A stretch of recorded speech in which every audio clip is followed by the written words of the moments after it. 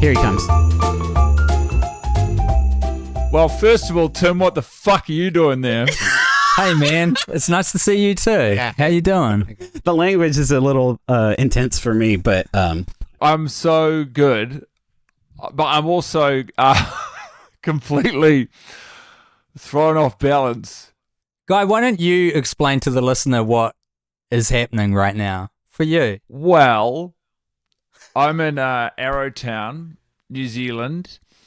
I got here 2 days ago. We've relocated for 6 months for Chelsea to do a job, and inside of that we've found that I've been here for I think 36 hours, and I thought this is a good window. Will give us a day to get settled, and then I can record the pod. And I suppose I was swept up in my own world. I suppose I took my eye off the ball A little bit. Yeah. I suppose, in a way, given this is our 11th episode, I thought we'd all just log on to our video conference software, and there'd be 5 little boxes on the screen, and my eyes would be darting from person to person. Mm-hmm. And there were some technical difficulties. Look, if you really want to get behind the curtain, there's some technical difficulties. Now, the technical difficulties part of this story is going to make us seem like real villains. So if you could massage it as much as... Just show us some grace a little bit. Yeah. Well, let's just say I have triangulated between my partner and my mother to care for my infant. Yeah. And 43 minutes later, I come to join the call, and the brothers McElroy plus Tim Batt, who's I kind of feel like a turncoat in all this somehow, had no idea he was going to America again. It was his idea. I also totally can't enough, Guy. It was all Tim's idea. And we did say we were going to wait like a half hour or so you could settle before we blamed it on Tim, but it really was his idea. Yeah. And the rest of us feel pretty The email subject line was, "Don't tell Guy." Yeah, well, which is what anxious people always assume most emails are like, but no, this one really was. I like it is. It's the scale of the surprise and prank, if you can call it that, is staggering. The amount of effort and energy that I know and money on Tim's part facilitating being there. I'm assuming. So is this? Are you guys? Where are you, in Cincinnati? Yeah, we're in the Queen City. I mean, Tim. First things first. What the fuck is Cincinnati like? It's got like I know it because I follow the NFL, but I've always thought it's looks like fun. Look, it's a beautiful place. I was walking around a different Eden Park, a Cincinnati Eden Park yesterday, taking lots of photos. Guy, it has been so hard to not tell you about this, man. Do you know, quite a lot of people know that this is happening, and I am very relieved that it has not got back to you. Because I just told people because I thought it was so funny. A lot of our friends know that I'm here. I am like... completely blindsided. I had no idea that you were going to do this, and no idea that you had like the manpower and resource and energy to facilitate this. I mean, last time I saw Tim was literally 1 week ago, and he was the sole custodian of his 2 children, and the man was doing fantastically, and I would also say somewhat run off his feet. Yeah. And the idea that this is possible is just I mean, are you even interested in how I've spent the last 45 minutes? Because I've not been idle. I'd love to hear about it. Would love to hear about it. What have you been doing? Up to. Well, first of all, I wanted to see if I could get a copy of the script so that I could, throughout the sort of episode, relay some of the quotes which describe how crazy our 2 central characters are. And Vincent and Paul Blart. And then when that wasn't satisfying me, I was reflecting. I thought, who did I really connect with this screening? And it was actually a character I don't know we've discussed before. The guy who rents out the Segways, who's sort of the Segway guy. Like I would describe as our tether to reality in the movie at this point. And his name, I really like this performance. He's exhausted by Paul Blart. He's exhausted by just the whole situation. Paul Blart's like, I'm really good on a Segway. And he's like, you can't do that. And then he takes it and he just looks so exhausted and put upon. I really wanted to know the actor's name so I could shout him out. His name's Chris Monty. And I found his IMDb page. And if you're curious about Chris Monty, he's one of New York's busier comedians. Along with being a regular at New York's best comedy clubs, Chris is a terrific actor and can be seen in the comedy film Mall Cop Blart 2 coming in April 25. And Awesome. so I've been watching Chris Monty stand-up clips for 20 minutes. How is it? Is it tight? Is it guy? Look, I don't agree with all his material, but the guy's got chops. Now, when you say you don't agree with all his material, is it sort of his confessional style that you have an issue with, or some of his ideas? The first clip I watched, my entryway was filmed at the Gotham Comedy Club, and it was 10 years ago, which to my knowledge, he would have been filming either when he knows he's about to go and shoot on Paul Blart Mall Cop 2, or he has and he's not allowed to tell anyone. Just wrapped. And so I'm watching a comedian whose career is about to, reach a turning point. Right. If I could just harken back to the fact that I flew to Ohio from New Zealand to prank you real quick. The journey of this practical joke has been, I thought it was funny. Then the day before I left, I was like, is this very mean? We had a long Guy? talk last night about it is a mean thing to do, and I want you to know on this side. First of all, there's a weird energy because it took us 45 minutes to get the tech stuff right, and that's very stressful. But also, there's a contrite energy floating through the room. The sadness. No. Everyone, stuff your worries in a sack, because, Tim, there's no planet in which I could have joined you. And yeah, I know. The joy I have in seeing you there, and the genuine surprise is worth whatever the airfare, whatever the hours, whatever the lost sleep was. I want to talk about the cost to Tim, because, so you know, the structure here was that he flew to LA and saw a band Sunday night, and then caught basically a red-eye flight to Cincinnati. I just stayed up the whole night. It was for 6 a.m. Do this, and then he's flying home tomorrow.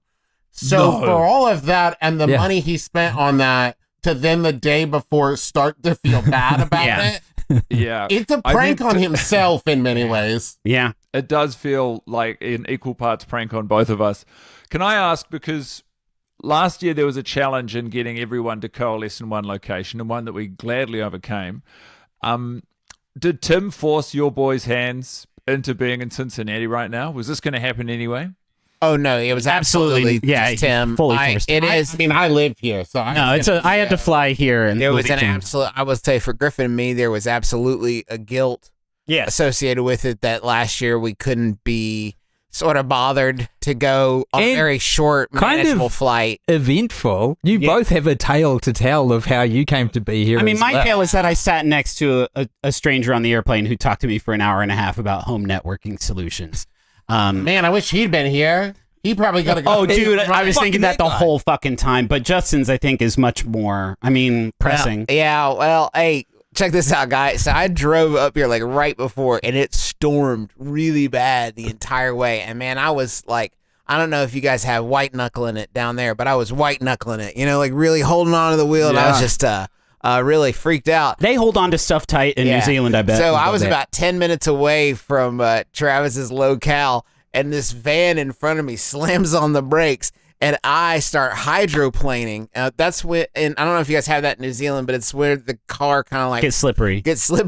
And I almost hit this guy, and I pivot hard to the right to avoid drilling this dude, and I level a street sign. and just like to really take it out, man. But so this is what happens. The guy who kind of basically ran me off the road with his poor driving skills is looking at me with a look that's like, we're both here. I caused this. I'm not going to abandon you because I'm here. And in my head, what I'm thinking is, hey brother, you're the only one who knew I did this, so I'm gonna need you to go ahead and roll on out so I can make it. There ain't no way this goes good for me, They don't want to hang out to ask me how it happens so they can rebuild it, because they had been meaning to demolish it anyway. No, it's not gonna go good for me. And honestly, I gotta record till death do us part. I gotta go. Yeah. So I gave this guy a big thumbs up, and he gave me a solemn nod as if to say, I didn't see anything. Yeah. We're scot-free. So yeah, I kind of backed up, and there was very little damage to my car and very much damage. It just couldn't be worse for the sign. It's about as down as it could be. Do we want to talk about the movie? And that was for a prank to you. Well, here's what I was thinking. You know what I kept thinking, Guy? if I die on the way to record this episode, next year will be the human interest story of all of podcasting. Absolutely. My 12-year-old daughter takes over the podcast that killed her dad. We've never even talked about what happens if you die right before we're supposed to record. I mean, you'd have to postpone recording. Honestly, Trav, as long as that took to set up, I think the last thing we need is another USB feed up in this mix. You know. I'm so sorry, Justin. I followed the anecdote perfectly, but we don't have street signs in New Zealand, so you lost me a little on the second half. I almost stopped, Guy, but I worried I'd be making a villain of myself too early if I perched there. So let that one go. Before we discuss the movie, I do want to know about protocol. Let's say, God forbid that Justin couldn't join us in this record. Because he fucking died? I mean, this is the perfect instance of the amount of energy that went into Tim being there. Do we soldier on? I think it would be a more somber, probably shorter episode, really. But yeah, I mean, Tim spent all that money to get here. What are we going to do? Reschedule? Yeah. Guys, if you don't do the quickening and have the next host in here, it means nothing. Yeah. It has to be instant. I was going to ask you, how do you feel about hearing your brother say, if my brother died on the road, I would have to record the podcast? Oh, God. No, Tim, commitment. It's so sweet that you think this is the first time we've talked about what happens to the podcast if one of us die. Show must go on. It's very common. We've thought through all I this. left my notes in the other room. That's okay. Speak from the heart. Will you give me a White Claw if you do go? Okay, yeah. What a Thanks, cool brother. chill time we're Screw having them here. up and say, I actually want to say a little something from the heart. So, yeah, go ahead. Please. No, I can paint a picture of my screening. It was me. Actually, to be fair, Chelsea joined me for the start, and I was really excited. And she laughed when the boy slapped Paul Blart and he said, I saw white. And I said, what did you laugh at? And she said, the line, I saw white. Oh, wow. That feels like a betrayal. And otherwise, she was disengaged for the entire movie. So really, what I had was a very normal kind of Blart-style screening. I want to know what it's like to have 4 of you. This is a new world record. Well, did you not watch it with an infant on your knee? Yes, and God, I love her so much, but her sort of insight and ability to engage with the material is probably not quite where it needs to be for that truly to enliven the experience. Yeah. It's a shame. I also wanted to show you guys my Paul Blart t-shirt. Yeah. I saw that. Nice flick. Thank you. Everyone's made an effort. Oh, man, Guy, I wish I could tell you something other than we had the time of our lives. I had ZD for the first time ever, Guy. Yeah. Because check this out, America, right? I didn't, yeah. In Justin's defense of not knowing whether or not we have basic physics in New Zealand, I've never encountered ZD in my life, and I didn't know what it was. And Guy, I think when we've watched in previous years, we've both turned to each other and said, I wonder what that is, what ZD is. Yeah. Yeah, right? We've let that incredible joke just sail over our heads 10 years on the trot. And then Justin I got hot. Tim, I can't imagine how hard you bellowed when you said ZD. Justin managed to ring from a Cincinnati landmark, La Rosa's Pizza. Yeah. So they had ZD on the menu. Tim went from not knowing what ZD is and asking us with a tone of vulnerability that I frankly found pretty adorable. Of just like ZD, Papa, to then slopping down hot, wet ZD within 30 minutes of having the thought. What the country? And that's America, man. You have a thought when you're here, and then it's just in your hands within 30 minutes. It's crazy. Streets are paved with ZD. They're not and street signs. So you're eating the movie you're eating the food of the movie. I'm eating the movie. Here's what I'll say: the tone of our watch, Guy. I think we were all cautious of if we came up with new funny insights, keeping those to ourselves for the podcast and you.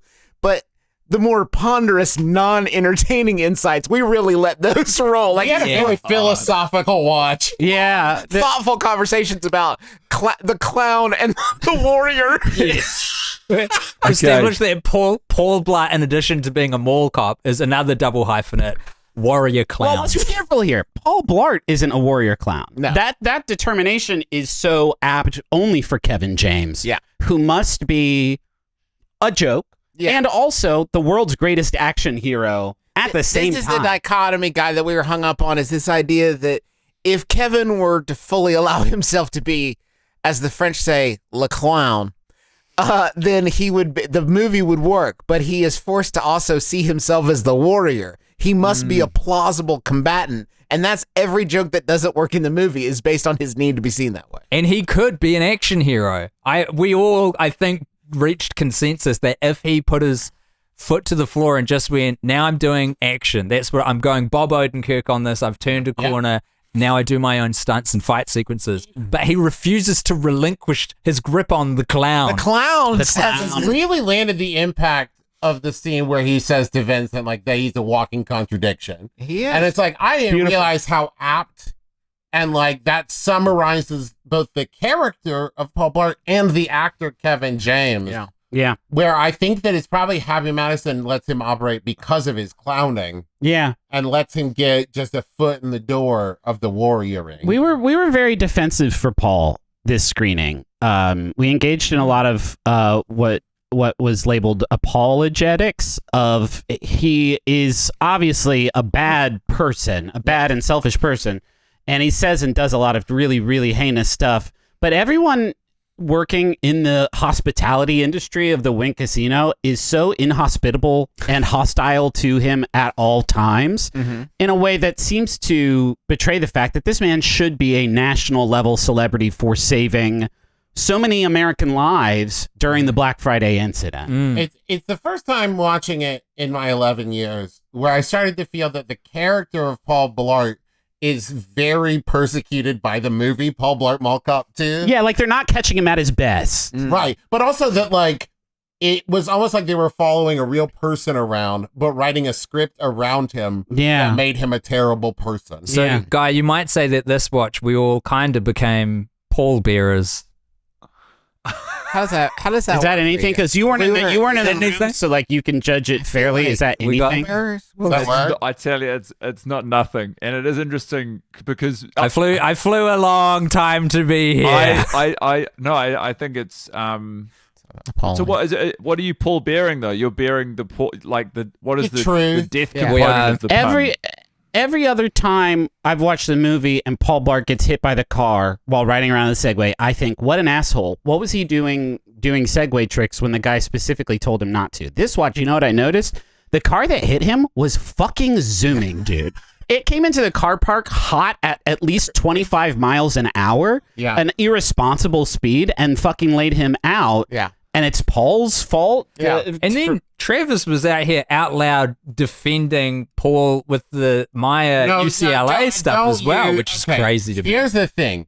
I'm not defending his relationship with his daughter at all. He's a terrible father. But what I will say is he says, goes on a zip line. Without you, like, he says, like, but having you here with me lets me get through it. And then she feels such pity for him that she does lie to him in that moment. And when he finds the letter, he's not mad that she's going to UCLA.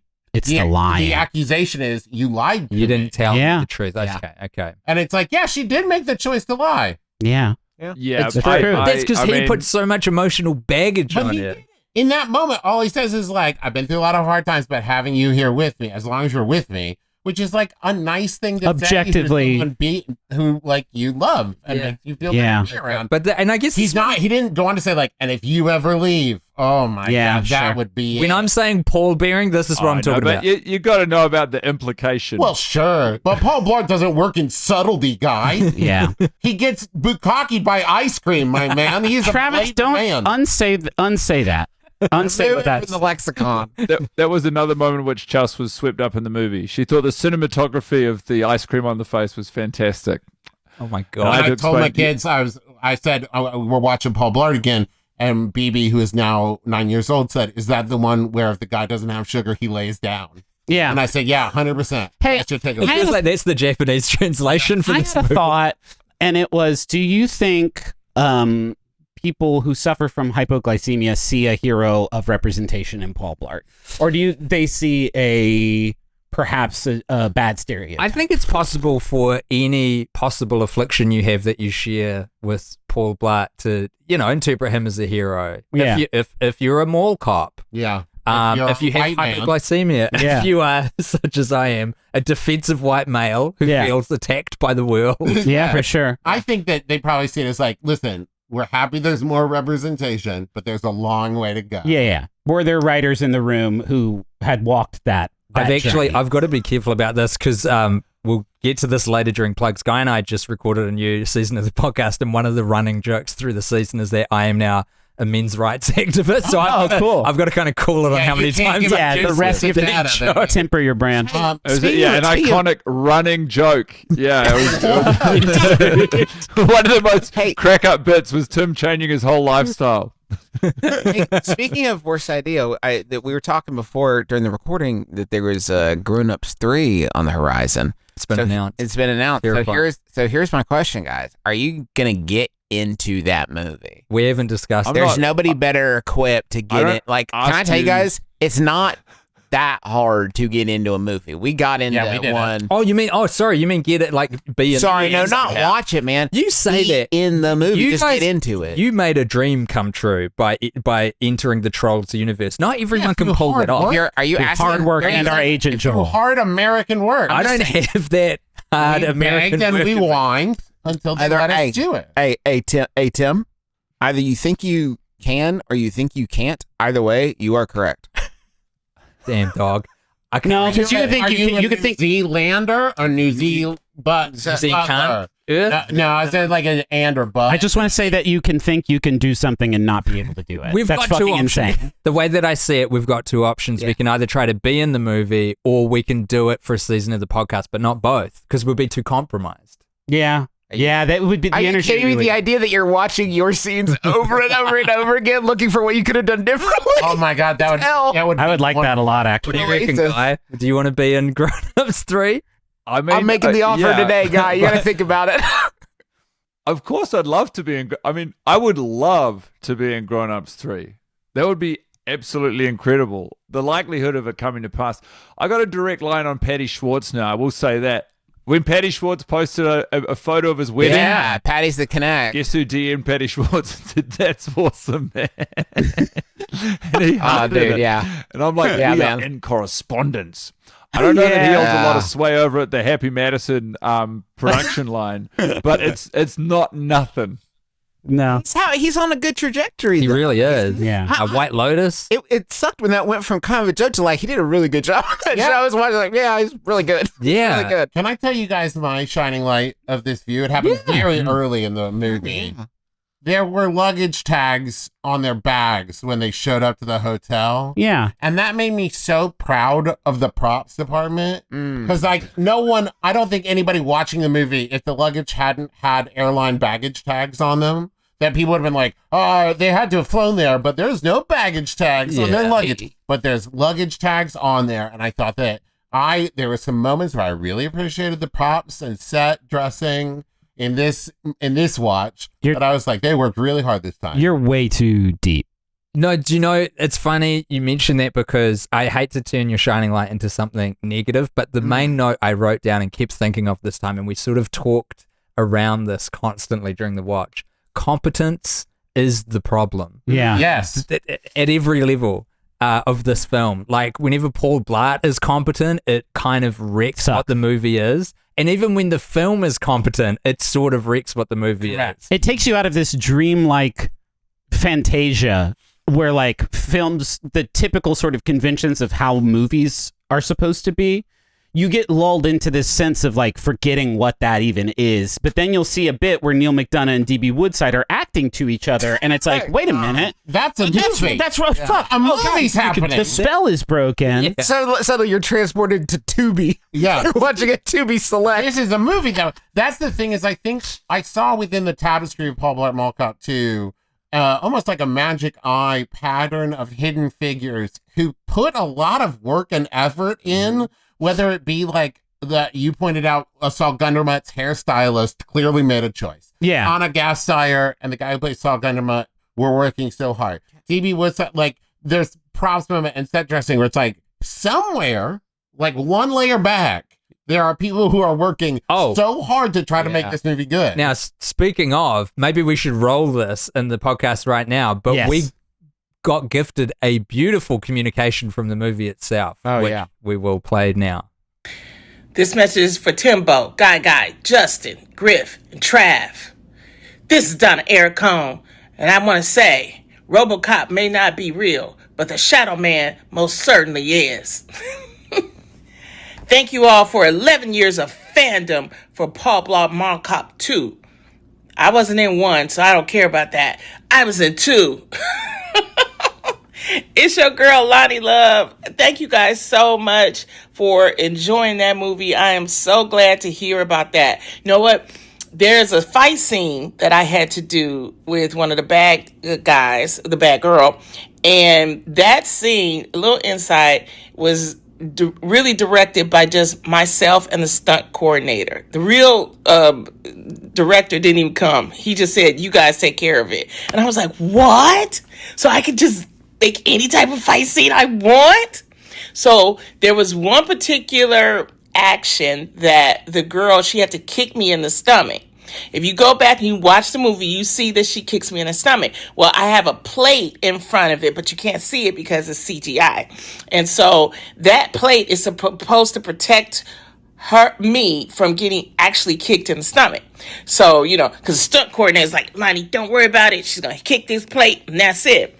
Well, she did it, but the plate vibrated on my stomach. So when you go back and look at that scene, you see me have like a reaction like, oh, and I was trying to keep it in because it was hurting, because that was a real reaction, because it was like she really did kick me in the stomach. So, but that was just, we just had a great time shooting that. It's a great movie. And it's a great classic movie. And I'm going to tell you, Kevin James is just the world. The whole cast is just great.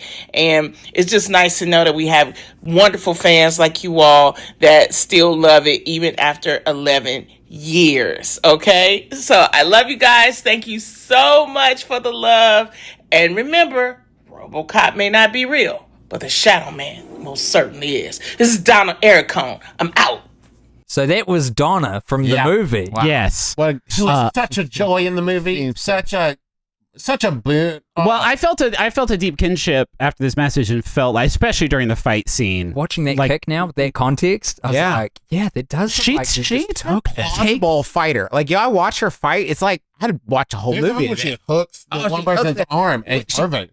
We talked a lot about how dope if it would be if Paul Blart Mall Cop 3 did not have Paul Blart in it and instead was a Donna Ericone Mall of America sort of action film. And I think the film would be mostly her getting hit by things and kicked by things and not moving, which is like fucking rad every time. It's a great superpower. I made an overall observation this time, which is that I like Paul Blart Mall Cop 2 except for when Paul Blart interacts with people. Yeah. Other than that, I love, because like the chemistry betwixt Anna Gasteyer and Saul Gundermutt is perfection. Yeah. The chemistry between D.B. Woodside and Neil McDonough is great. There's even some parts with Lane and Maya that I'm like, I'm sorry. I have watched this movie recently. Same movie. Whenever Neil McDonough and D.B. Woodside are talking to each other, I keep waiting for Bruce Willis to come out for 5 minutes. Because that's the kind of movie it is. It's a movie where you put Bruce Willis on the front, and he comes out at the very beginning and goes, geezer teasers, they call them. That's the kind of movie that D.B. Woodside and Neil McDonough are in. And it's not a good movie. It is just a movie. I didn't say it was good, Justin. I'm saying out of the movie, I enjoyed it. Yeah. Well, I've known you a long time. Yeah. Those two are not necessarily. I like a lot of garbage things, my man. I've seen a lot of those geezer. I used to buy those for $5 at Walmart when they were in the cardboard, containers for DVDs. That's not a joke about hit Bruce Willis, by the way. We ourselves are not geezer teasers. The movies. Yeah. I call brain teasers geezer teasers because my dad called me a geezer growing up, but that's just a little bit about me. I got to say, just reflecting on the screening experience you had, which you described as a philosophical watch, in which I suppose you could all, put your feet back and really get into not just the movie, but the project and where we all are and, how you feel about it. And the pizza. We shared a pie. And let's not forget the pizza. I mean, and this is not to guilt you. I just want to emphasize the screenings that lie ahead for you, which is the very fucking meat and potatoes, run of the mill. I'm just sitting down to watch this movie again experience. I was in the shower after the movie before going to bed last night being like, I don't know how to experience this any other way. I'm not going to listen to what we've said before. I don't know a single stone I can turn over and look under and be like, oh wow, can you believe this? I mean, I'm not jealous. I'm just happy. I'm happy that there was an opportunity to chop it up in a way that goes beyond This is my first time watching it with someone else to record. Yeah. Out of 11 years, I've watched it by myself 10 of those. You streamed it last year. That's a kind of community, you know. I streamed it? Did Didn't I? you? Yeah. I only know this because I listened to last year's episode while I was. So wait, you guys didn't? What about when Tim and Guy were in Huntington? You didn't, and you came down for that. No, I did not. You didn't come down for that. No. But we came here for this. Yes. Yeah. That's crazy. It's great. Yeah. What a podcast. And guys, surely if the last 2 years have taught you anything about Deathblart, it's that you don't know what's coming, baby. No, you don't know what's in the future. You don't know what'll happen next year. That's 100% true. I will say also, Tim, I felt, even though I found Las Vegas to be pretty unappealing on the ground, I did have like whiffs of nostalgia at all of the shots of the wind and the encore and people moving through. I thought, I was there with my friend Tim. We were there together. Who would never betray me. And now we got that experience of being here with our friend Tim and getting to watch the movie. And like, so you understand how good it is. Absolutely. And I think that there's people listening along now screaming at their headphones saying, when are the brothers McElroy going to be in New Zealand? Because by my count, Tim's been to America 3 out of 11 times. I've been twice. You turkeys are sitting on a couch in Cincinnati. I mean, our country is big. Yeah, but I roll out the live red here. carpet and say, oh yeah, that's true. So that you don't get any points for that. Yeah. James, you just lost your only point. Yes. Guy, I was on a terrible collision. I was almost killed. Did you not hear my story? I leveled a stop sign. And I had to talk to a guy about home wireless networking and corporal punishment in schools while I had Hades 2 ready to fucking play, ready to jam for 1.5 hours. So check your privilege for a second. Because what if I had flown to New Zealand and had to sit next to a pushy man who wanted to talk to me about home wireless networking for the 20 hours it would you would have take been to fly lucky it? because you would have realized once you put your prejudice aside and broke through your desire to do something else and engage with the conversation on its terms as it occurs, that is where life happens. Life occurs not while you're holding on to a gaming console playing Hades 2. It's when you open your heart to a man who's explaining the actual value that still exists about corporal punishment, you know. In school. You really learned something, right? Yeah, no, I wouldn't have said all that stuff if I thought it would have been able to be turned back. I thought I had a pretty ironclad case there, but that's a fair point. Hey, Guy, did you notice? Yeah. I noticed for the first time watching this time when Paul's checking in at the hotel, there is a very prominent noose in the painting over the receptionist's shoulder. Travis was seeing signs and patterns, like in the pixels. It was really something else. The noose was dark, though. Yeah, like, it was a bad. Great. Like the cinematographer seemed to be going like, no, a little to the right. Perfect. The viewer will get it. Yeah. I actually did have a pretty big sign throughout where I realized the name of the show that they watch is The Dream.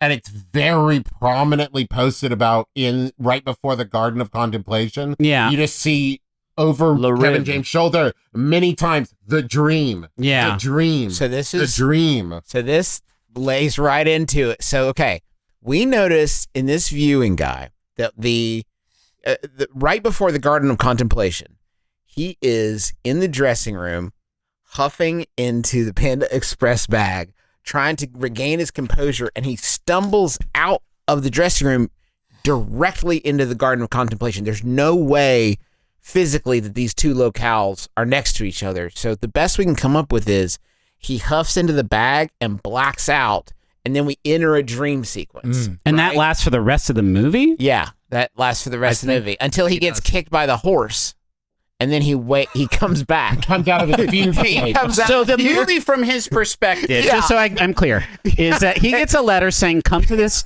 mall cop convention. Yeah. He shows up, they say there's a surprise speaker and it's you. And he says that's cool. And then and then there's a racist and sexist fight in a bar that happens. And then he goes and he huffs fucking Panda Express peyote. That's real. And then he's kicked by a horse in Los Angeles months later. I do think everything that happens happens, but not the way we see it. Right. That's his fugue state. Okay. Like, his mind breaks, and from that point to the horse kick, he's a hero who gets given a check. Right? Yeah. And everybody loves, and Davina really does like him. Yeah. And like everything kind of comes together for him. All of that happens. Yeah. But not like, probably Ricardo just showed up, saved his daughter or something. Something stupid. And like, that was it. There was none of it. We were really distracted a lot during the second half of this movie. The warrior phase, the warrior cycle after the clown cycle. Why there's security that is not apparently on the payroll of the art thieves. Where the fuck are they? And why aren't they doing? A man shoots a Segway in the middle of a hotel, and there's not, and we get no responders. Paul flies a drone through the casino floor. You sure can't, I don't think, fly There's a big no drone way through a that's casino allowed. floor. We noticed that Hank empties a clip into the Segway. Not Guy. Petulantly.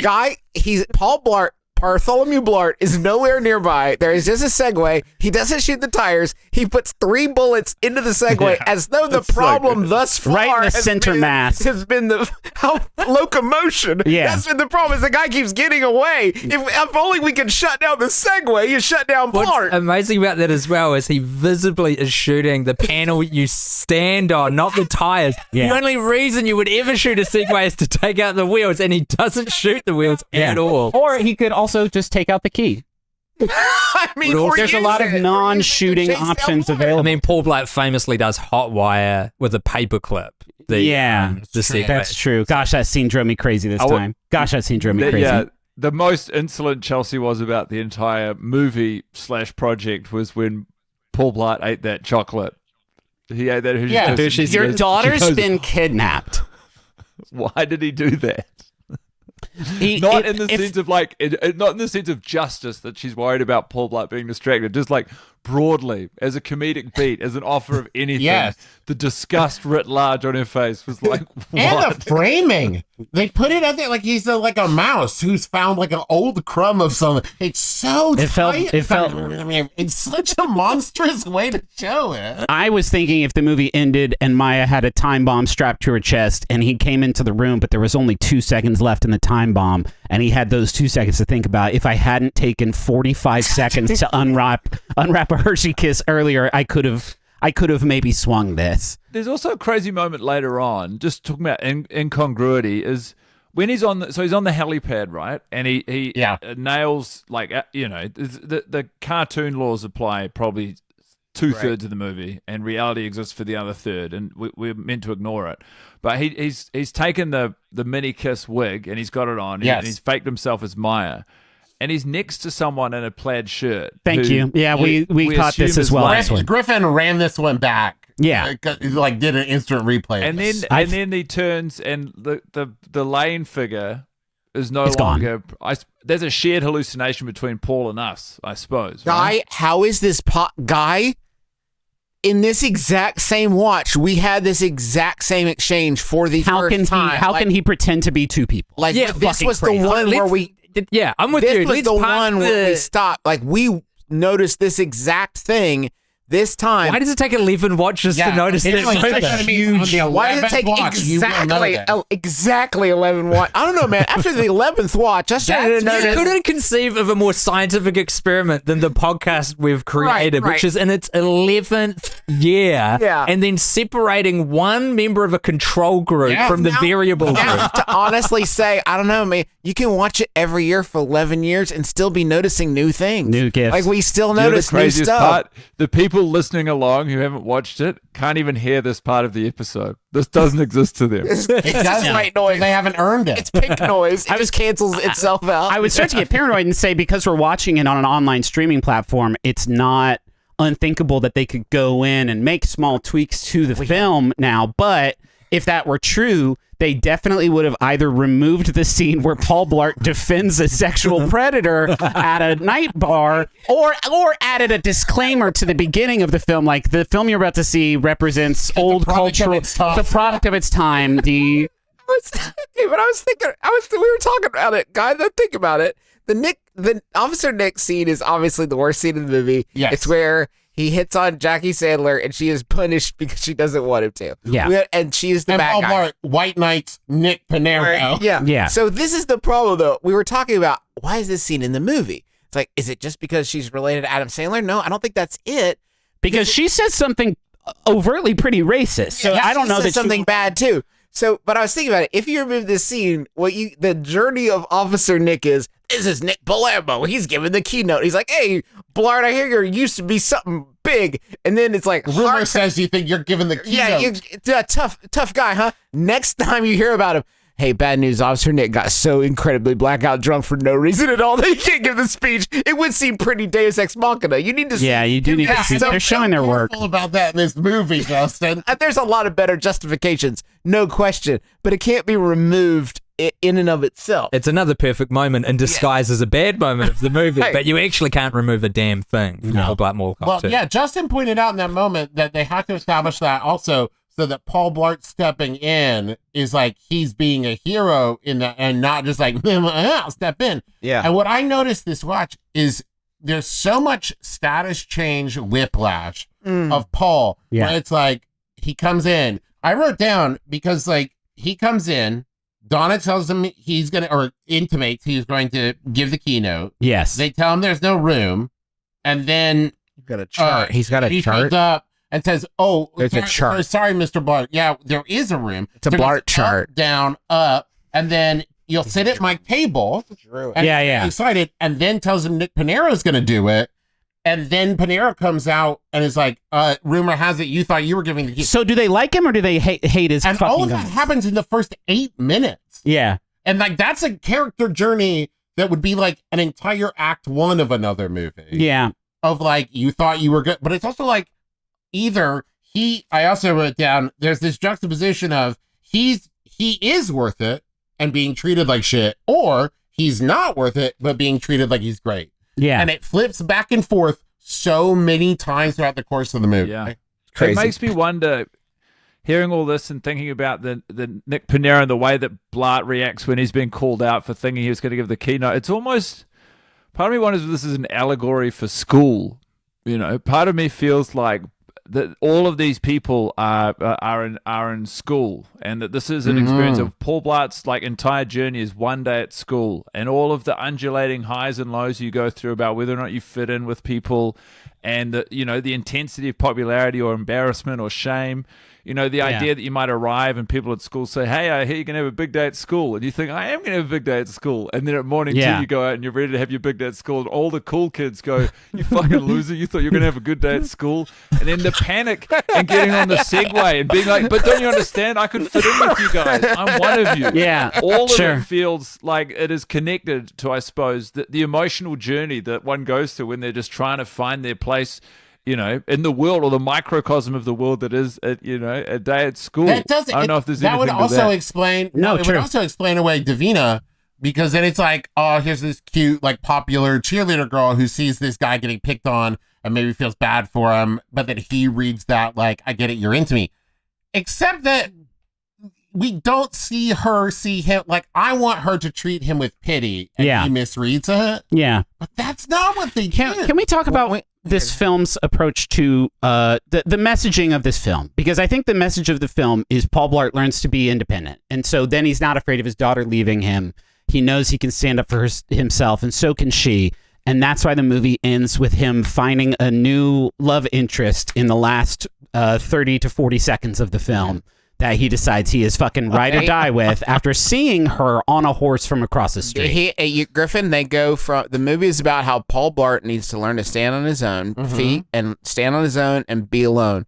And the end of the movie is him chasing his daughter to California and lying down on the ground because a horse kicked him so hard. While he was trying to get love. Another relationship. He neither stands on his own two feet. He does not stand alone. He does not let her be. And yes, that is the miraculous thing for us as the audience. The thing that's supposed to bring us joy and going home singing is that he's so someone codependent. moves into his field of vision that's the same age as And him. rough general profession is him. Animated him unhooking like a chain from Maya and letting her go, and then turning around and hooking it on the first strange thing. Yeah. That, for all we know, that's a stripper Maya paid for just to get herself some freedom. Or a serial killer who rides around town dressed like a cop or something. Yeah. Oh, it's great. What a good movie. This, the movie goes to great lengths, obviously, to perpetuate class warfare at every turn. I found it to be a bit of a stretch this watch when Lane was discussing how stoked his parents were when he got his GED. And then he says, on my third try, and Maya laughs. And he says, it's not a joke. Actually, it was more like 4, which then brought up the question of how does one almost take the GED a 4th time? How do you almost... Wait, this is Lane? This is Lane. Yeah, Lane. I think he failed the 3rd time, and they were like, we don't want him to have to take it a 4th time. Okay, we'll mark this one as correct. But that's just 3 times. That's not even more like 4. That's just... But how did he take half a GED? Griff and I were working hard on Punch Up during the runtime of this film in this particular moment. And, like, my suggestion was, if you say it was closer to 5... That's a joke. That's something. It's a thought. Because you're saying 4 without saying 4 out loud. Yeah. If you say 3 times, no, closer to 4, you've left me nowhere to go. Yeah. We've not moved. There's a story there that you are not going to tell because this is not a storytelling movie. Yeah. We also got hung up on when she writes helipad on a flare. Okay, yeah. Throws it rather than That's saying maybe it. the most important thing about the whole movie, Guy, is that he gives her an emergency flare, and the way that pops back up in the movie is that she writes the word helipad on it and throws it. Unlit, unignited. In more time than it would take to simply say, helipad. Helipad. It's like a Chekhov's gun being used as a paperweight. Yeah. Like, we use the gun, but it's to hold down all the papers so they don't fall. It's like, it would be like if at the end of the play, the main character was really hungry, so they ate the gun. Yeah. It's like, well, yeah, it did come back up, but like... Well, that's the thing. We were trying to determine either it's a joke that we can't see the structure of, or it's supposed to be a cool thing that we can't see the structure of. Now, this is actually perfect. So, context, Guy has been very recently engaged in a stratospheric stand-up tour across New Zealand and Australia, playing to thousands of people at a time live. Guy, is it a joke to write a note on a flare and throw it to someone? Yeah. No, I mean, no, but it feels in defense of Kevin James and Nick Bakay, who have been found dead in a ditch with this observation from you four. It feels sort of unnecessarily mean-spirited to single out any one thing in this movie as specifically not a joke, when nearly every single joke offer is like the lowest shelf improvised line. It's like, I will hold you. I'm so crazy. Do you know how crazy I am? I'm so crazy. I'll hold your face down in maple syrup and make you sing gospel. It wasn't just Chris Monty YouTube clips I was watching while I waited for you. I rewatched the out crazy scene multiple times to try and catch all of the lines, because each one made me angrier and more like devastated by how aggressively unfunny this movie is, specifically when it is questing after laughs. It is just two men yelling, like some of the scenes that weren't in the offcuts of any Adam McKay film, which is like, that are built on the improvisation of these people. It's devastating. So I don't think it's a joke to write it. I don't think it's nonsense, isn't it? Is what it is. It is nonsense. I do want to say everything you just said is absolutely true. I'll bring a banjo to a watermelon fight or whatever, a pumpkin fight. It's such a non-thing.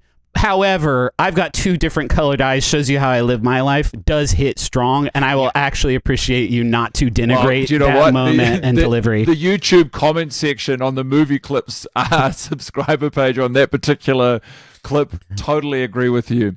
I do hate that. Yeah, I will bring a pumpkin. I'll bring a folk guitar to a pumpkin fight, because that's the way I was brought up. Is the line you take issue with? It's so bad that even in the world of the movie, they have no out. They have no way to address it other than Neil McDonough basically breaking character and saying, "You lost me there," which is meant to be a comedic beat. It's just, it's like that's defeat. It really got under my skin. That is a unique moment in the film where they lay down their guns and go like, "Oh shit, we don't know how to make comedy." Okay. We've definitely talked about the selective use of guns by the gun wielding bad guys in this movie. The one that hit for me is the guy has the Van Gogh art. He is the getaway for the extraction of this priceless painting. You would think that they would put their best guy on it. Instead, he gets hit by the Segway. He goes flying, drops his gun about a foot away from where he falls to the ground. Between him and Kevin. But stands up and pulls out a butterfly knife. And Paul Blart obviously has some weird impotent marble tube that is like not going to do fucking anything. But like your gun's there. This man is some sort of stabbing pervert, and this is the only chance he gets to fucking extinguish a human life. Stabbing pervert. You got to give him the standard stabbing pervert line, which is, "I'm going to enjoy this." Something along that makes it clear of like, oh, he doesn't want this to be done quickly. I think he said. I think the line is sorry about that. Like when he's like rearing back about to stab him before Blart tases him, he says something like "sorry about this" or something like that. The other thing I want to say about the marble tube. I noticed in the gun show that when the guy is demonstrating the marble gun, the shot is just him tipping over the gun and all the marbles fall into a bowl. And he's like, "This will stop anybody dead in their tracks." And I was watching it thinking, that's not a very impressive demonstration, sir. And then when the gun pops back up, that what you see is Paul Blart tilted at them and then it just falls out of the gun. And then I realized, man, the prop department, this is just all it does. Yeah. Like the prop department was like, is this what you were talking about? It just kind of fall on the ground. It is as much a marble gun as those decorative bottles of alcohol shaped like guns, where it's just a marble holder shaped like a gun. Yeah. Like, I don't know. It's a cup, a big cup. Who from the marble community hurt the creators of the movie? Because every other weapon that is Chekhov while they're at the gun show pays off big Absolutely time. sings. Yeah, big for sure. sticky mess. All of them come back and it's like bang, bang, bang. This works. The marble gun is spotlighted as like, this doesn't work. Why are they randomly choosing marbles as ineffective or dysfunctional? Because I was told you can't run on these. You can't even stand on them. You can't even stand. Yeah, for sure. Speaking of the gun show, I got the directory. Oh yeah. Get into that. So there is a directory when he first walks in of all the exhibitors in the thing. Oh, no. It's almost certainly very real expo that they staged a couple. We'll get into and I can guarantee that when I show you guys the font. So here's the directory. We've got Virtue, Sonic Taser, Not real. Hayward Turnstiles, Special, The Finisher, Garrett Metal, I-Force Patrol Bicycles, Office Store, Guard Dog Security. That one's real. Real, Streetwise Security Products, Maxwell, 511. Maxwell's real. Yeah, 511 Tactical, ASP. That's real. Pepperball, Yeah. Maglite, Yeah. That's real. Timber, Yes. Arma, Yes. Fickman Enterprises. Don't know. Okay, and then but look But look at the bottom. down at the Once we get down to the fictional entries, font. we switch to a kind of very faint sort of. So then the last four guy are the Big Sticky Mess, Southwire Signal, the Net Gun Store, and Bling Sting. The Net Gun Store cannot be Store was real. very It has to good. be. But I don't think there's a net gun used in the movie. No, I don't think so. I has to be a time. deleted net gun Yeah. scene, right? And net guns are always cool. With the Big Sticky Mess, when I got here to Cincinnati, I stayed in a motel the first night because I got in quite late. And I also was coming off the back of 36 hours of not sleeping. Yeah. So I was like, I emailed Travis. I was like, hey, man, I don't want to like put your kids through me without 36 hours sleep. That feels like a scary vision to, Right. that no one would want to be around. And I like flopped down, got my bags in my room, went on the bed, turned on the TV, and Paul Blart Mall Cop 2 was playing in Spanish, and it was the Big Sticky Mess moment. And I was like, what the fuck is the universe doing with me right now? Yeah. It was crazy. I'm trying to remember. I don't think I know sticky or mess in Spanish, unfortunately. I took a little video just to prove that the moment was real. I was like, am I hallucinating? Like, am I dreaming this? It's entirely possible. It was like the universe really reaching out. I don't know what it was trying to tell me. Yeah. You're on the right track. I mean, you're on the right track. It's fucked up, man. Guy, you are your partner is a medical professional, so maybe you could. Don't mind. Oh, well, I'm sorry. You're right. Filmmaker. Guy, you know stuff about medicine, and generally speaking, you have, I think, one of the most solid constitutions of anyone I've worked with. You're a really healthy guy, actually. You're a super duper healthy dude, and so I once saw you take a walk for no reason. Yeah, that's true. So you no might one was chasing you or anything. You might be able to answer this for me. Can you be allergic to oatmeal? Because that is a method, a form, a vehicle through which oats can be delivered, and you can be allergic to oats, I think. But can you be allergic to a certain preparation? Is there something that happens in the oatmeal making process that changes it at a sort of cellular level that would trigger? Like if you weren't allergic to shrimp, but you were allergic to fried shrimp. Yeah, exactly. I'm allergic to steak. Beef is okay. Hamburgers, go for it. Just don't cut it that way. You've come to the right guy, because one of my lasting experiences of my first time in America was at it was the Anaheim Angels were playing, and I think they were playing the Minnesota Twins, and I was sat there. I would have been 18 years old. I was watching the game, and I didn't really understand baseball entirely, but there was like a drunk, sort of confident, I don't know that I call them quite a frat boy, as you'll discover, because they're heckling someone who's fielding out, like, you know, right on the edge up against the fans, and let's say their name is Griffin. They're going, this is their heckle to the player. They go, hey, Griffin, you're oatmeal. No one likes oatmeal. Well, that's a really high concept. The extent of them jeering this guy is then he just kept chanting oatmeal. It didn't get any purchase. No one came in. So the idea of oatmeal and what it represents in America, and the idea that it has this outside sort of place in my understanding of your culture, I think. I mean, I suppose in the sense that being allergic to oatmeal is perhaps being allergic to not being liked. And so the oatmeal that is rubbed on his face represents the idea that he's been rumbled, that it's over. Yeah. And but so the allergic reaction is less to oatmeal than it is to failure. Yeah. They do make, I'm pretty sure, lotions and concealing ointments that contain things that people can be allergic to.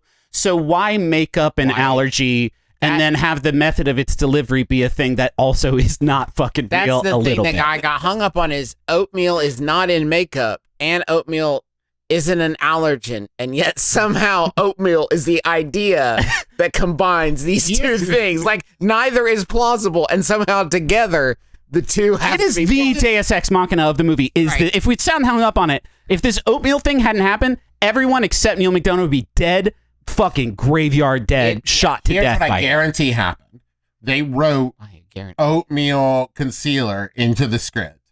And then when it came to like getting the stuff, a props person said, that is not a thing and it does not exist. And they refused to change it, because if you look at the thing she pulls out, it is the most whipped together, like design. It's just like made under duress. He says it has to be oatmeal concealer. I don't even know what that is. It does. This packaging made for idiots. Yeah.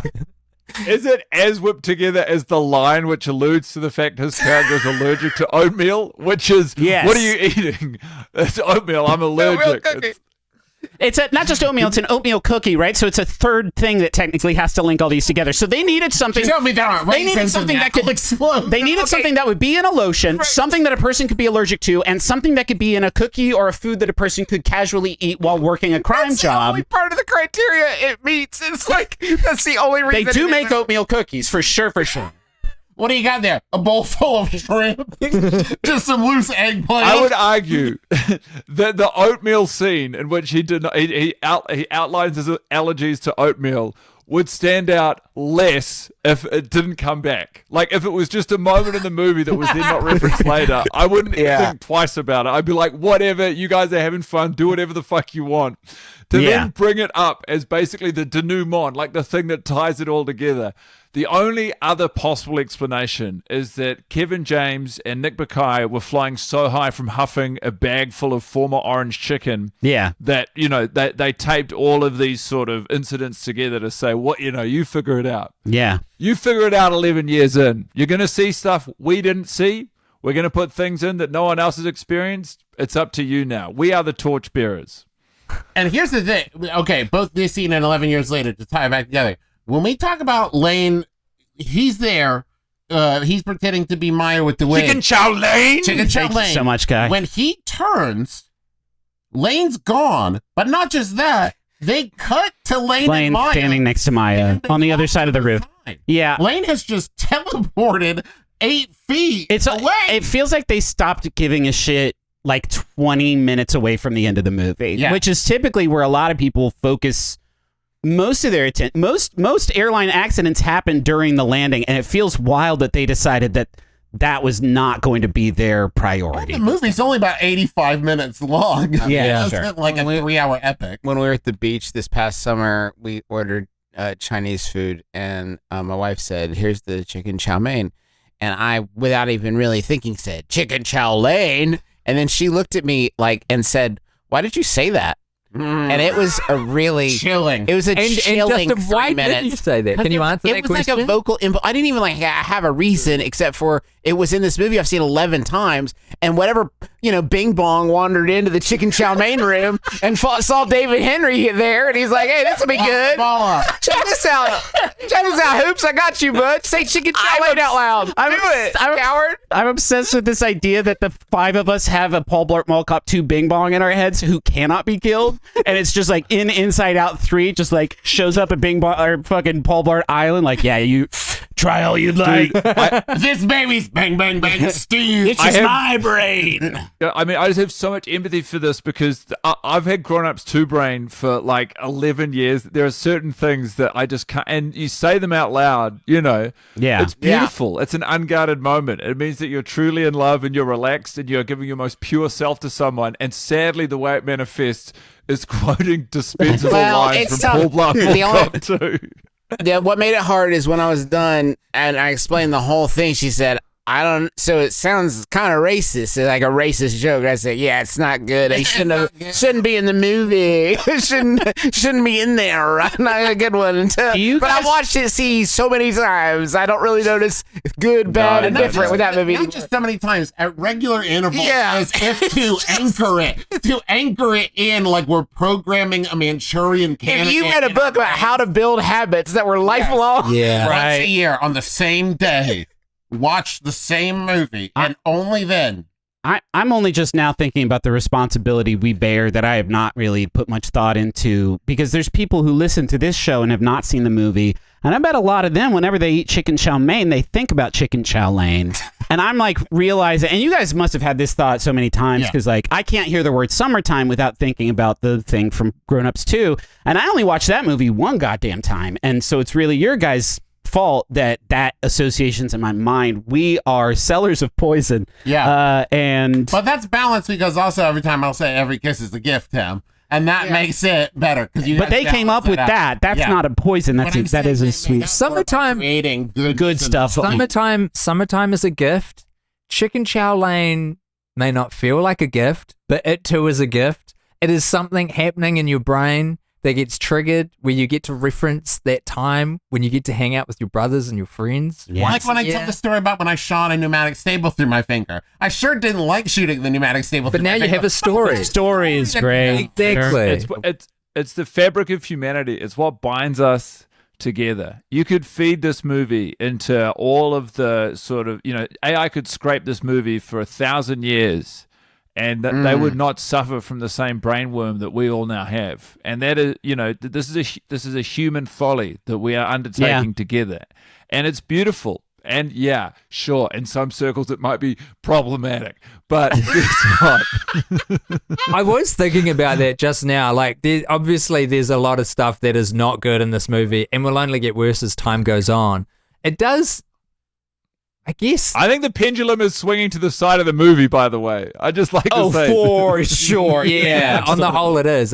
But it's kind of like, if something is immutable and it is something we ourselves are choosing to revisit annually, it really is on us. Yeah, but that anything bad I almost feel responsible for anything bad in the film because there is an observer effect. If a tree falls in the woods and no one is there to hear it, has the tree really fallen? Well, if you keep going back every 11 years and cutting down the same Exactly, and this is what I'm saying. If Paul Blart Mall Cop 2 was left alone which was its intention. Right. Make a film very quickly. A movie designed to be consumed. Absolutely not. It was a movie designed to be released in cinemas over a summer, be watched, and then disappear Forgotten immediately, into the sands of time. Yeah. It is us who has decided to repurpose this material into a permanent structure, which it had no intention of being. Yeah. And so really, sure, is Nick the one at fault in the bar scene?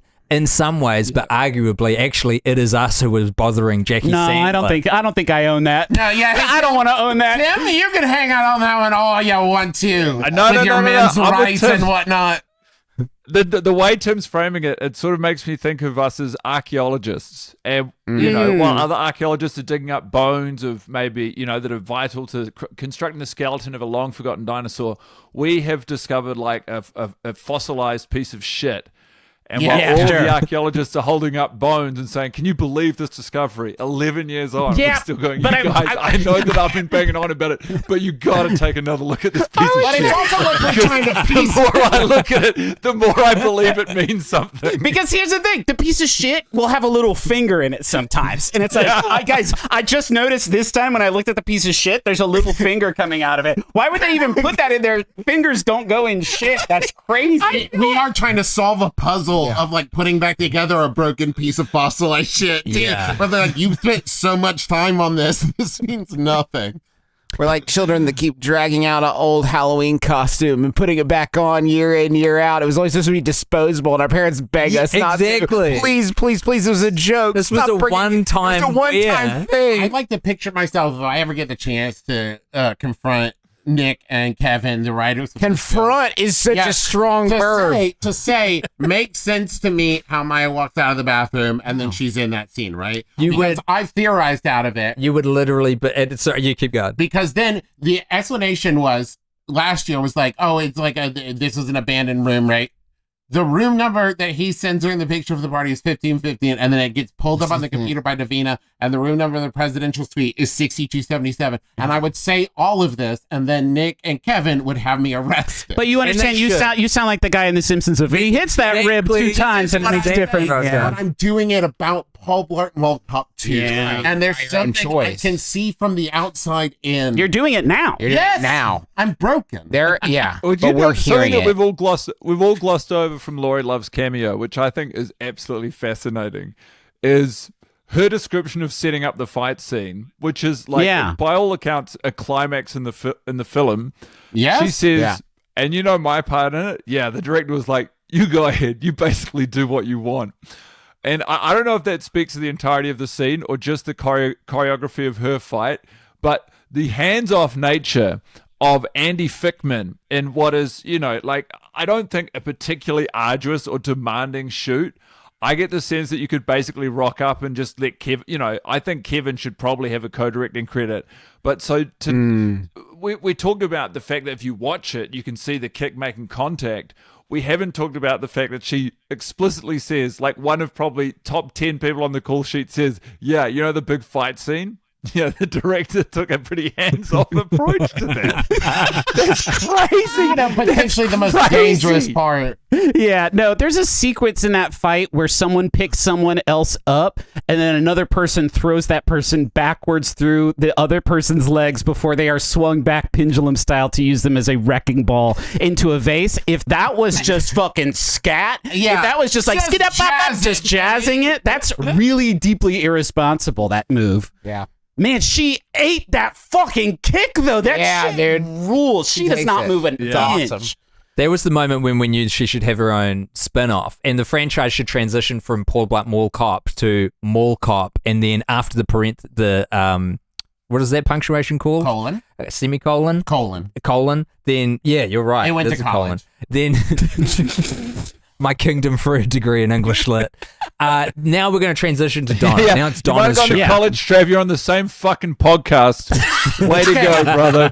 To my credit, I said it went to college to go from being a semicolon to a full colon. Right. Okay, I went to college. I have a degree in acting, Guy. I never flex that. Travis didn't go to college. He stalled on being an adult for 4 years. Yeah. Same as me, except it was 5 because I flunked Spanish. Yeah, it was more like 6 years. a little callback to Chicken Chow Lane there for you. Just having fun with it, just sort of feeling free, It's getting feeling loose, floaty. exploring the space. Guy, did you have a shining light for this watch at all? Yeah, I burned it at the start of the episode. It was Chris Monte's performance. Yeah. By the way, if you're interested in Chris Monte, I haven't found his Instagram because I was locked out of social media, but he is still a touring comic. And one of the comments I'll just hit pause for 1 second. Sorry, Guy, just to clean up for everyone. Guy didn't get banned by the social media platforms. He has banned himself. Thank you. Good social media Clearing that up. Yeah. Yeah. But Chris Monte's a touring comic, and I felt very connected to him. I thought his performance was grounded in reality. I felt, and it's a testament to his acting because I now, looking into his career, know that what a massive opportunity this was for him and how excited he would have been to be taking part. But the character he plays of Segway rental officer or whatever is so put upon that I thought, je suis Segway operator. I really did feel a connection to him. It's so vulnerable that he, even as a comedian, was able to play just the straight man. Just not trying to put everybody in this movie is putting a bunch of mustard on it, and he was willing to just take one for the team and say, you know what, just react. I'm just going to be a sane human. I'll be yes. cartoon characters because then it doesn't work. That's right. And there was a comment from 2 years ago, 1 year ago, saying I saw this guy. He was hosting some event at a university. It didn't sound like he was crushing big gigs, but they said he was a consummate professional. He was so funny. One of the comments was saying this guy's better than Seinfeld, and so I want to shout out my boy Chris Monte. Wow. Better than Seinfeld. He was my shining light. I will say I had my infant, on my lap watching it, and at one point I turned her away from the movie to face me because I thought that felt appropriate. That was good. But I was looking at her and I was looking at the movie and I was thinking about the timeless nature of it. I was explaining the concept to Chelsea, which I don't think she understood until now. And we've been together, 8 years? And I said to her as I looked from baby to Chelsea, I said, this is actually kind of beautiful. And the disgust and disdain on Chelsea's face at the idea that what was happening was in any way meaningful will stay with me for all time. Did you remind her that you have been doing this podcast longer than you have been with her, and that if the loyalties have to be chosen, that's not the play in that moment, man. That's not the play. Oh, is it not? Oh shit. Okay. Sorry. I don't want to speak for the other 3 dads on the podcast, but I will say I remember the first time I sat there with baby in my arm watching a thing like, this is a connecting moment we have. And I told Therese and she was like, it's not. She'll never remember this. This is nothing. No, yeah. It's if anything, it's an impediment in my relationship to my daughter, but it's one that she can gladly ride in the sidecar for in these opening years. So the movie Shining Light was Chris Monte, and the life shining light was the idea that this meant anything more than just watching Paul Blart Mall Cop 2 for the 11th time. You found reason in it. Yeah. Appreciate You it. got Meaning. Hey, is this the 10th anniversary episode or the 11th? This is the 11th because the first year, it's been 10 years and since the first one came out, but 11 watches. Okay. So we have just finished the 10th cycle. Yesterday was the end of the 10th year of us having started watching the Paul Blart movie. Yeah. And today is the beginning of the 11th. The movie turned 10 this year, and that passed without comment. It turned 10 in April. Our podcast can't be older. It's not. Oh yeah. No, our podcast is 10 years old. This is the 11th watch because we watched the first one like 3 months after it came out. This is the 11th episode of the Paul Blart Mall Cop. How is that possible if the first one came out in 2015? How is this the 11th episode, guys? Is this the start of our yeah. Don't you see? This is what they want. They're trying to tear us apart.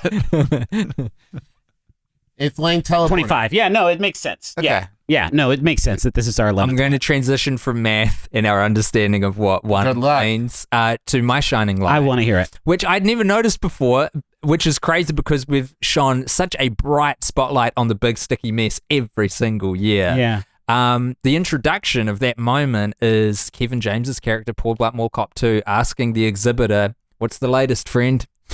That's cool. That's how he opens that up. A guy he's never met before, he walks up to him and says, "What's the latest, friend?" I'd love to have that kind of casual confidence. To just have a Not show me your normal product. Tell me what this thing does. What's the latest, friend? I love it. I also enjoyed that because I think he gets lost a lot right after Big Sticky Mess. But the guy who's talking about the taser, he goes, "It'll incapacitate for 5 seconds." It's like Everyone crushes. Everyone but crushes. It's like a grandpa saying like for 5 seconds. It's almost like A knowing smile, a wink. For 5 seconds. It's the little twist. Does Kevin James, does Paul Blart Mall Cop 2 he has so few conversations, I'm trying to come up with some, where he is having the same conversation as the person he is talking to. He seems like he is always unequally yoked in a conversational thing, right? Yes. Like in every scene, he is thinking about it differently than the person who is speaking to them. The only time is when he and Neil McDonough are yelling at each other.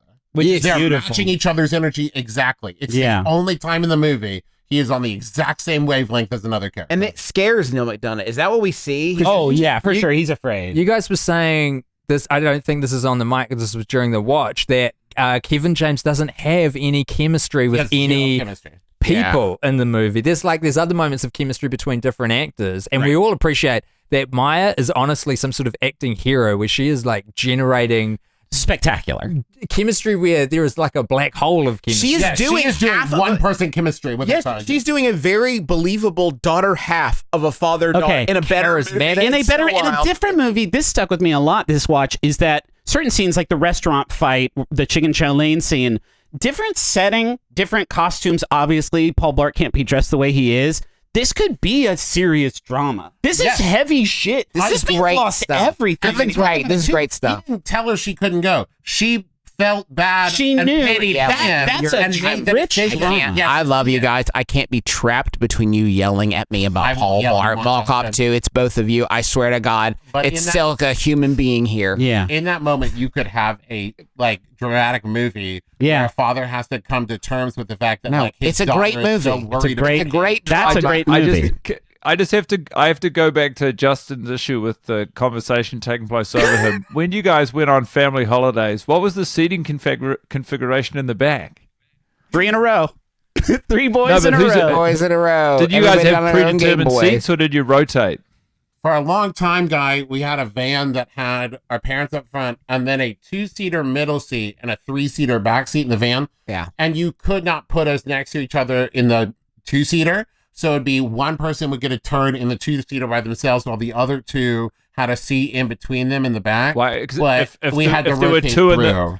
If there were 2 in the middle, would you guys start a podcast and the other one would feel left out? Yeah, exactly. Is Yeah. that what you call a fight? Yes. A podcast. A reported fight. Can I share my shining light? It was a... Absolutely not. Oh, okay. It was a Kevin James delivery, and I didn't know that there were any of these left that I hadn't squeezed all the juice out of to sustain myself. It is the scene where he has just gotten to the casino and he goes to play craps. And I feel a deep kinship with him in this moment because that represents a lot of things I struggle with. It is a social situation where people are depending on you and you are expected to know these arcane rules that no one's explained to you and pressured to give up all your money. As he gives the last of his money to place his bets on this, he delivers the line, "That's all I have. That's all I have." Yeah. And he does it like offhand, like, "Okay, so I'm on the floor, and that's all I have." And he does it with like a real vulnerability to it, and like a defeatedness to it that drama. like really. After the director called cut, the crew might start clapping. Yeah, like that's all I have.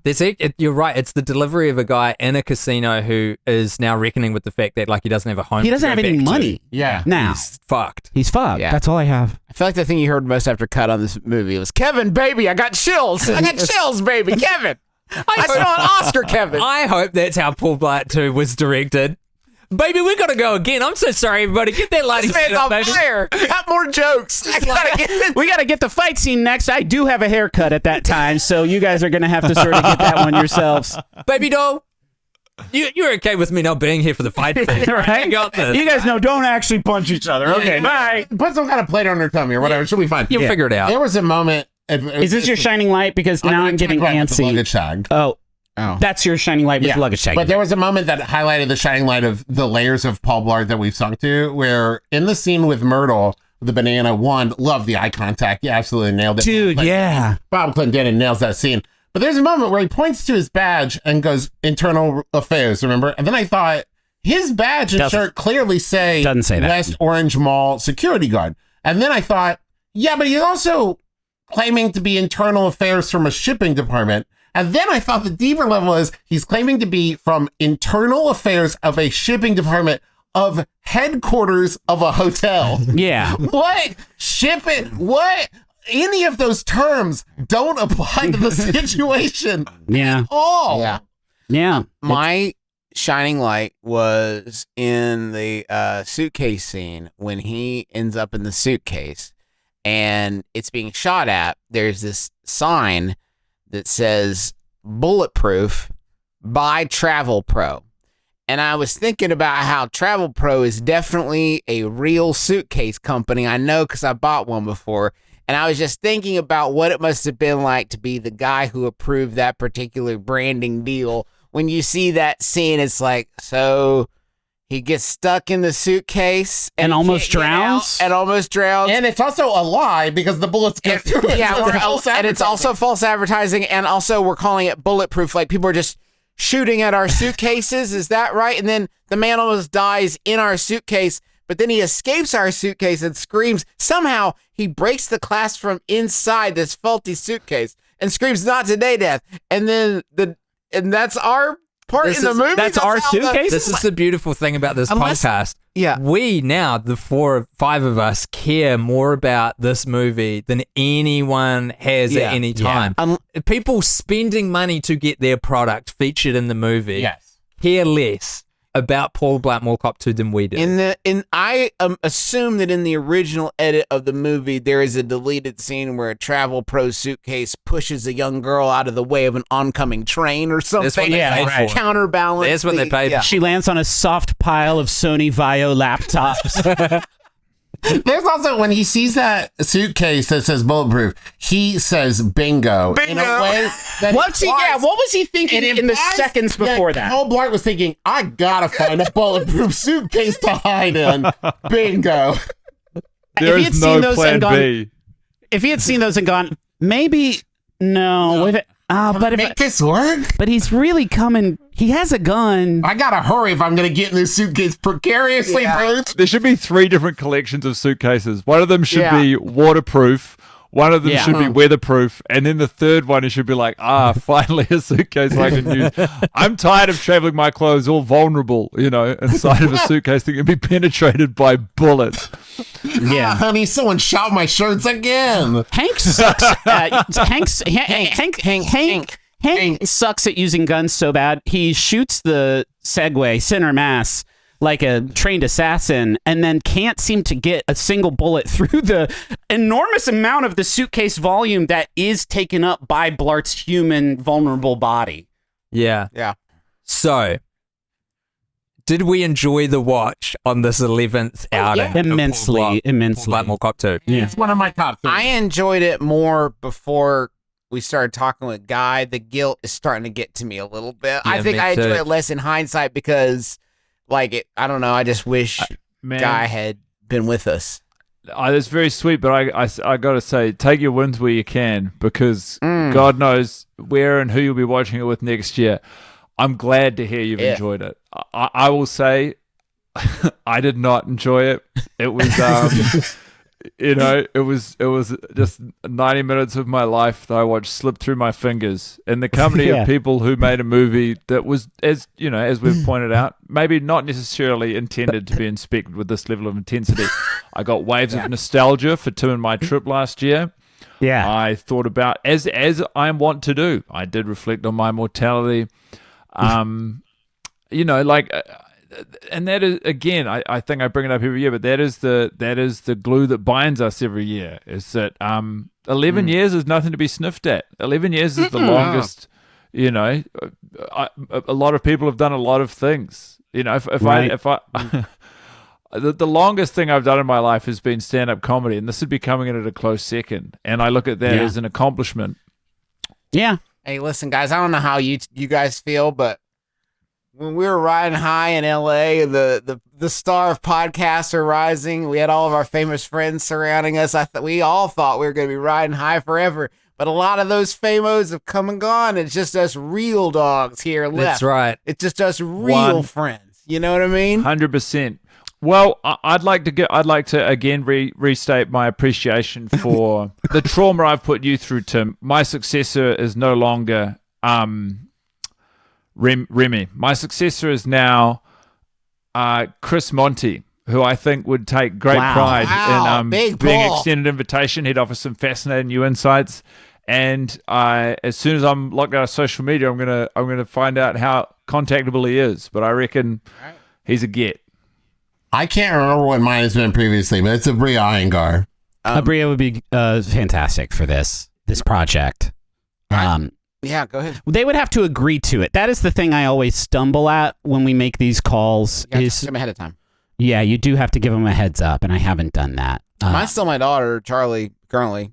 Yeah. I can't remember who named Schneider last time, but we got Was it Rob Schneider? Do that again. Oh, that's cool. If we've got friends and children. No. I'll keep that rolling because then it's like people are going to really want. That's what it was last year. I think I did say Rob Schneider because I didn't want to die. We should think about. People would try really hard to keep me alive if they knew that. I would try really hard to the keep vibe you alive. would fucking tank. Yeah. We should have one. Schneider should be the whammy. Like the first pull. If you get Schneider, your personal choice does not matter. It's agreed that you gotta try Schneider first. Don't want him, but that's why you need. Not even as a joke. Not even as a joke. Yeah. I hate even the airtime that we've given it. That stinker. Thank you. Yeah. Hey, Justin. Yeah. Thank you. Yeah, hero. Yeah, man. So can you pick someone who isn't Rob Schneider, please, Griffin? I know that maybe pulling from the cast in this way so much is cheating, but I do think Lonnie Love would be a spectacular just insight, a window into the show. I don't know that she would want to stick with it for her entire mortal lifespan, but maybe, as a sort of emeritus host of the show. She needs something, yeah. What about I'm going to pick someone who I think Guy might have picked in a year gone by, but Alexei Toliopoulos, who's an Australian comedian and registered cinephile. I think he would be a fantastic addition to the show. Yeah. Okay, great. I also want to let everybody know, if you're listening, that there is a Till Death Do Us Part poster. Yes. Available at McRoyMerch.com, designed by Jack T. Sherry, who is Jack T. Sherry, SHERRY on Instagram. McRoyMerch.com. Go check that out. Yeah. Can we plug? Please. Guy and I have recorded a new season of The Worst Idea of All Time. We've returned. Guy, do you want to do it? Please, Guy. Well, yeah, we've gone back to method film reviewing. I'm so fucking excited. And this time without any money fronted to us by YouTube. We have done it for the princely sum of $0 and the incredible technical ability that Tim Batt has collected over our however many years of podcasting, and also with our friends' sports team. So we moved into the only comedy club, full-time comedy club in Auckland, New Zealand for 5 days and nights, and watched Joker Folie à Deux, Joker 2, 14 times. And every was it every non-stop? screening, Pretty much, yeah. Fuck. yeah, more or less. Every screening of podcast. So we have spun 15 episodes. We did a preamble, 15 episode season out of it. Fantastic. Each episode, if you join our Substack, you can watch the beautiful crisp HD footage of us going through the unbelievable emotional torture of watching what has to be in the canon of worst movies of all. I mean, look, I don't want to give the game away. We go on a journey, but that is, and Tim and I have worked hard together, if you can call what we do work.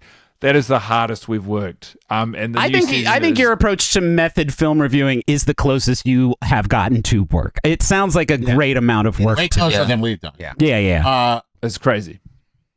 Candle Nights, if we're going to plug, Candle Nights is back in our hometown of Huntington, West Virginia, doing a live show at the Keith Albee Theater on December 6th. And then doing a video on demand stream of that show that we'll be recording and editing and everything going out December 19th. You can go to bit.ly/candlenights2025 for those tickets. Also, I'm doing Champions Grove again, an in-person weekend-long gaming event at Ravenwood Castle in Hocking Hills, Ohio. Go to www.championsgrove.com. It's fun. I've been. It is fun. I've not been, but I've heard it's fun. super fun.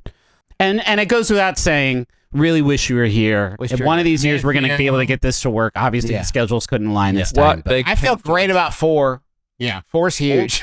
4 in one room is good. that's a it's new record. incredible. You know, all going well, we'll have 50 years to pull off a 5-person in At the room least, podcast. Well, you know, the thing is, we are trained to detect, deter, observe, and report. But one day, 11 years ago, some men did more than that.